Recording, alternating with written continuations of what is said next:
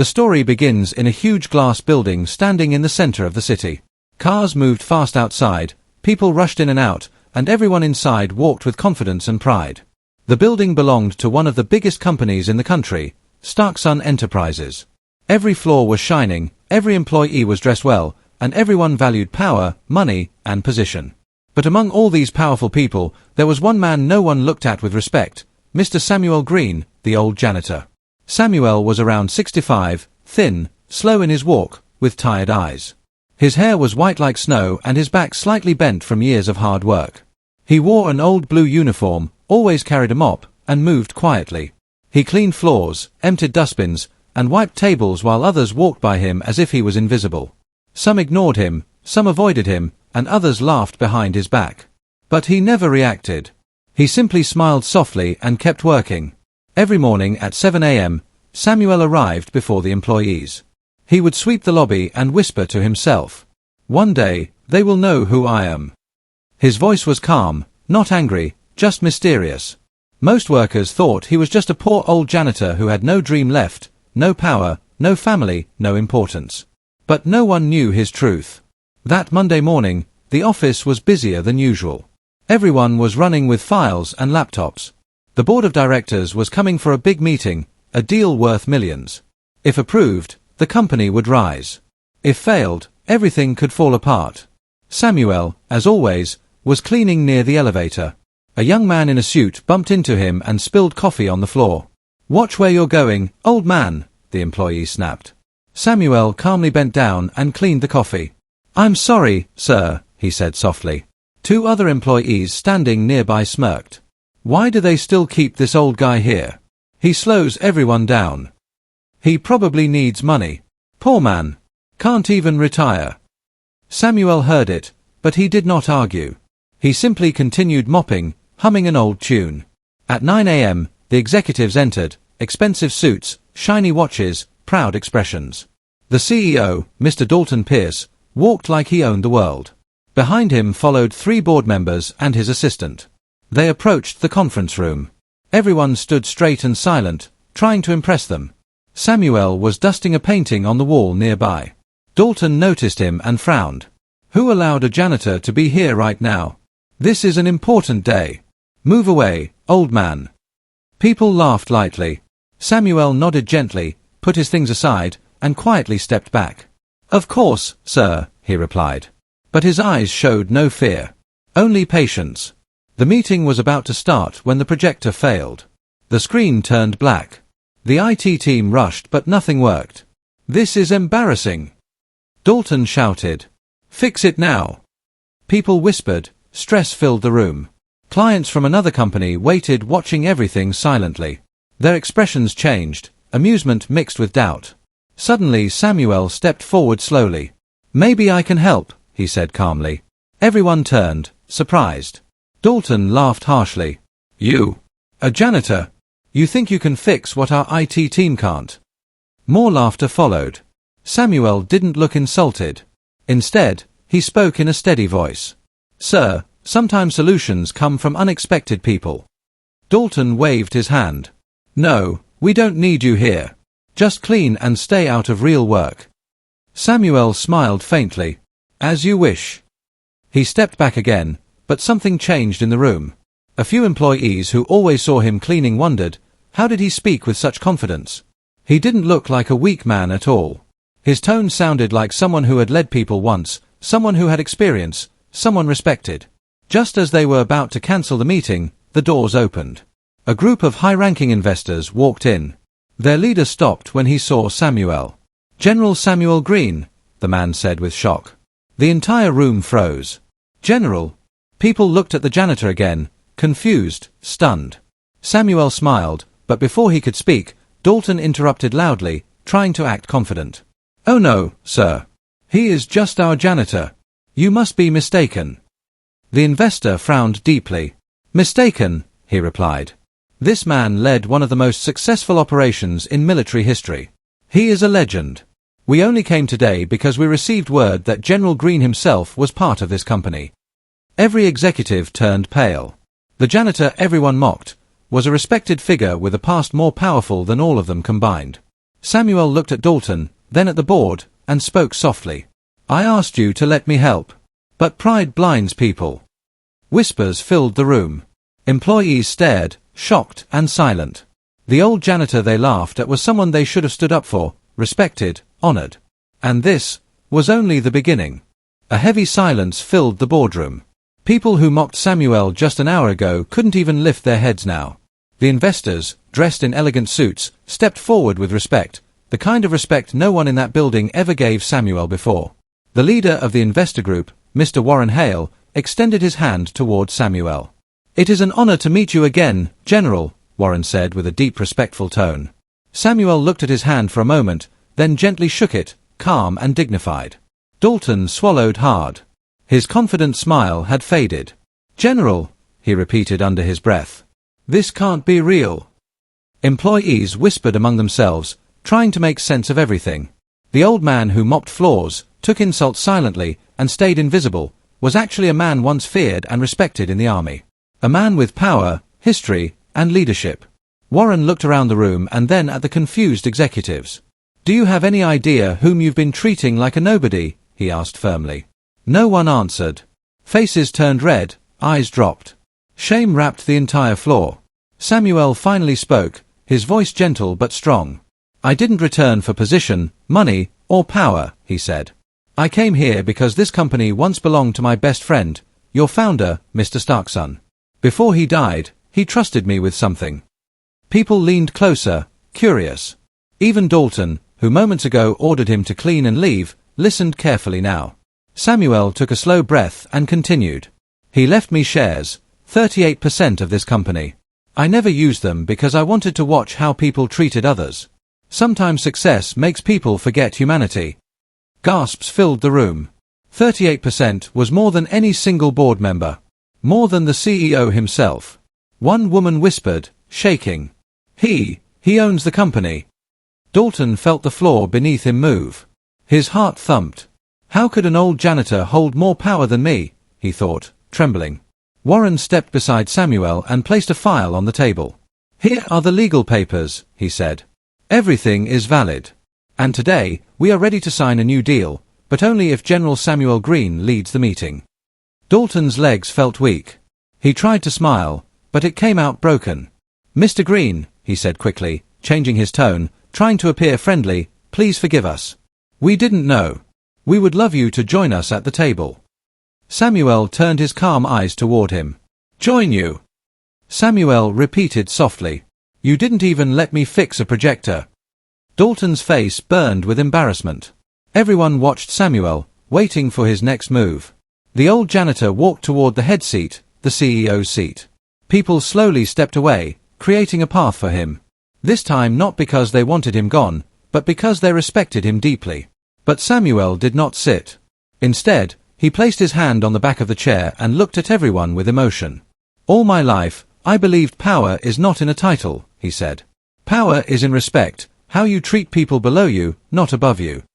Some employees looked guilty, remembering how they laughed when he mopped near them. How they ignored him. How they called him useless. Samuel then turned to Warren. I will lead this meeting, he said. But first, something must be fixed. Everyone tensed. Samuel looked directly at Dalton, the CEO. You insulted me. But I am not angry for myself. I am angry because you treat everyone like this, staff, cleaners, receptionists. A leader without kindness can never guide a company to success. Dalton's voice cracked. I can change. Please, give me a chance. Samuel studied him for a moment. The room held its breath. You will step down for now, Samuel said firmly. Not forever. But you must learn respect before you lead again. Dalton's knees felt weak. His power, reputation, everything was slipping away. Employees exchanged shocked glances. No one ever dared to speak against Dalton, until this old janitor did. Warren nodded approvingly. A wise decision. 2 security officers stepped forward gently, not forcefully. Dalton handed over his CEO badge with shaking hands and left the room slowly, realizing this humiliation was nothing compared to what he made Samuel feel for years. Samuel finally sat at the head seat, not because he wanted power, but because it was time to change things. He opened the file. Let us begin, he said. The projector, still broken, suddenly flickered on. Lights adjusted perfectly, as if destiny itself was watching. Samuel didn't look surprised. He simply smiled. The meeting continued smoothly. Investors asked questions. Samuel answered with wisdom, vision, and strategies far beyond anyone's expectations. Even the board members felt amazed.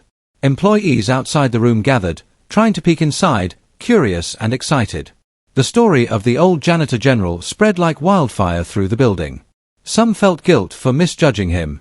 Others felt inspired. But everyone knew, the company had changed forever. And this was only the second chapter. The next morning, everyone came to work earlier than usual. Something was different in the air, heavy, silent, but full of curiosity. Employees who once walked past Samuel without notice now waited for his arrival near the entrance. The man they thought was just a janitor was now acting head of the company. At exactly 8 a.m., the elevator doors opened. Samuel stepped out wearing the same simple clothes, work boots, old jacket, no fancy watch, but now, people stood straighter when he passed. Some nodded respectfully, others smiled nervously. He nodded back gently, just as he did when he carried a mop, but now his presence felt powerful.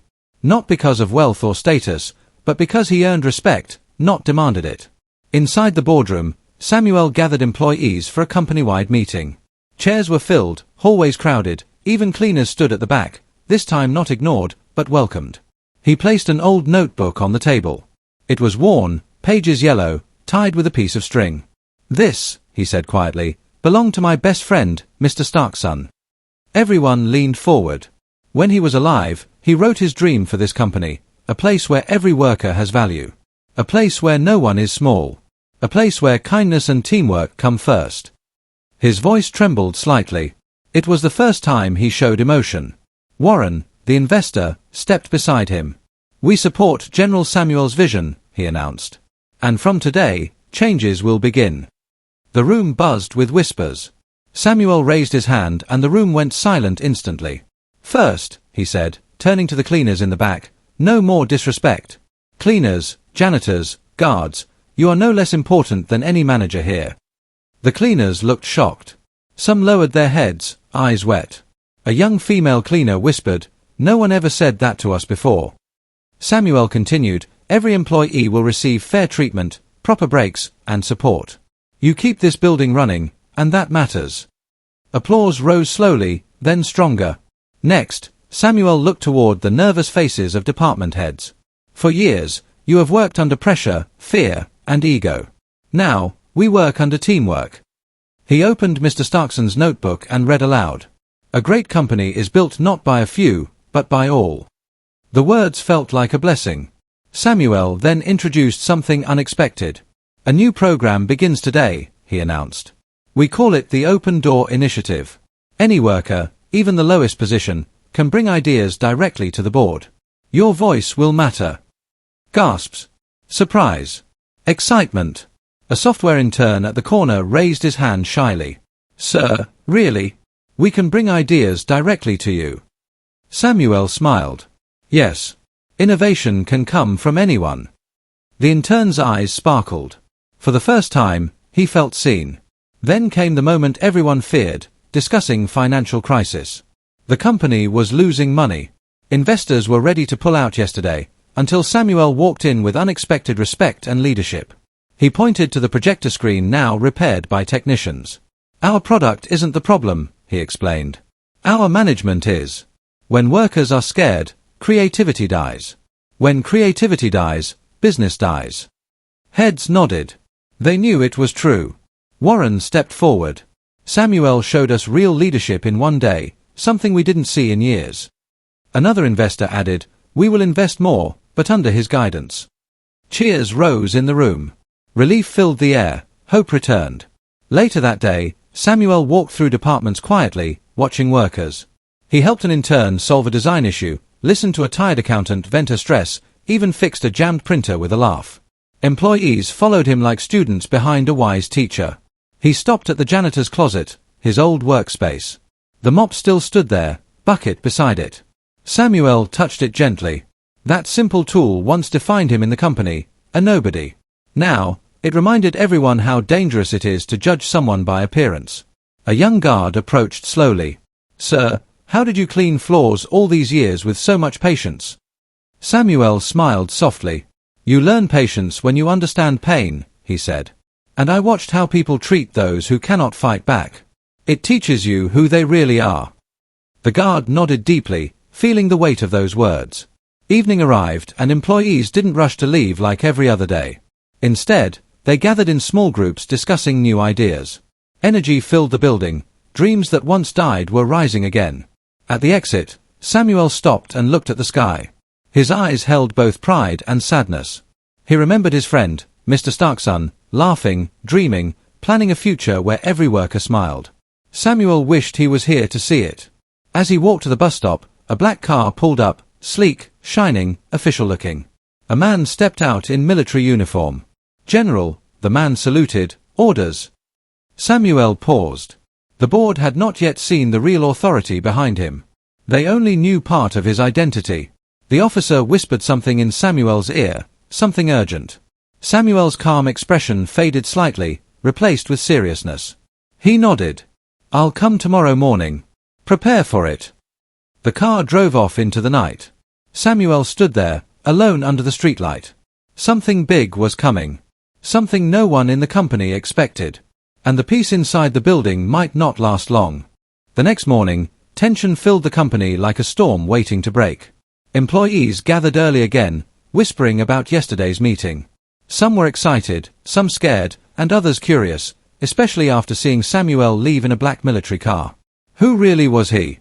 Everyone wanted to know. When Samuel entered the boardroom, he didn't come alone. 2 military officers walked behind him, tall, serious, and disciplined.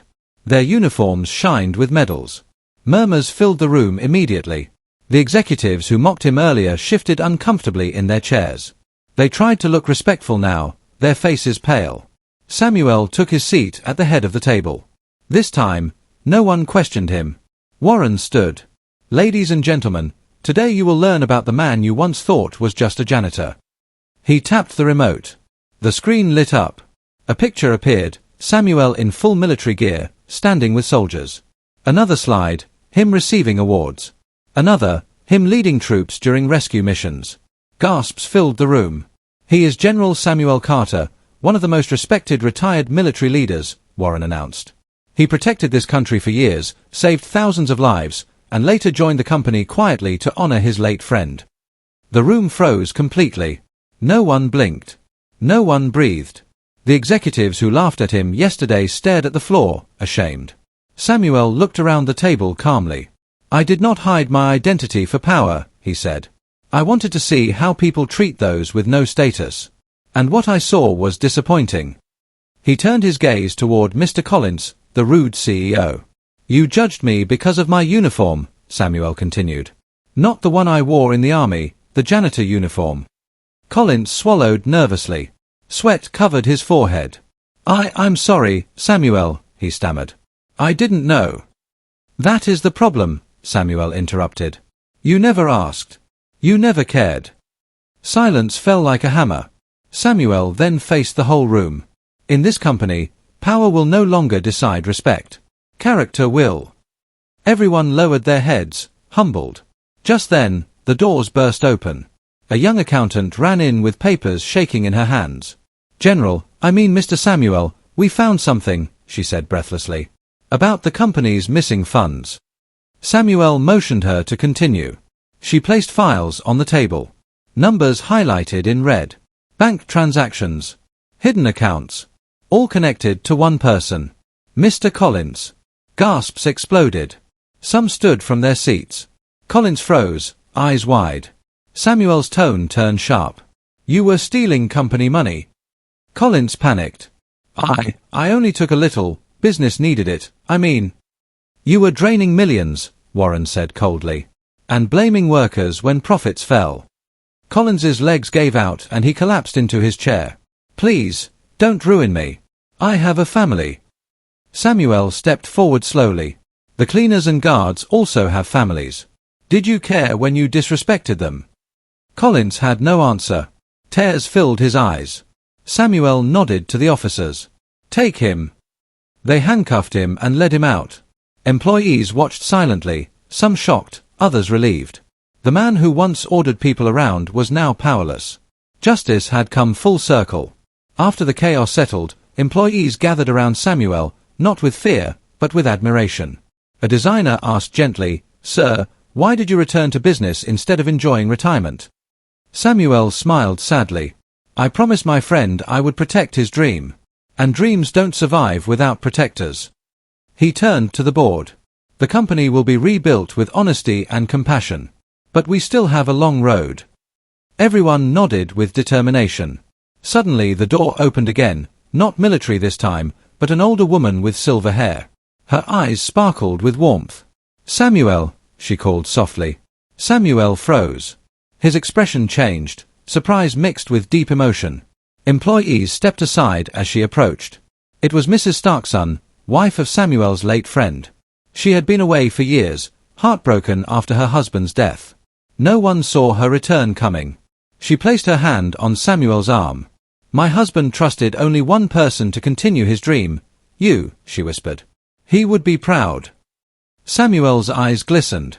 For the first time, the strong general looked fragile. Mrs. Starkson then faced the workers. "You all judged him for being a janitor. But remember, sometimes greatness hides in silence." Everyone lowered their heads again, ashamed but wiser. She opened a small wooden box and handed it to Samuel. Inside was an old key with the company symbol.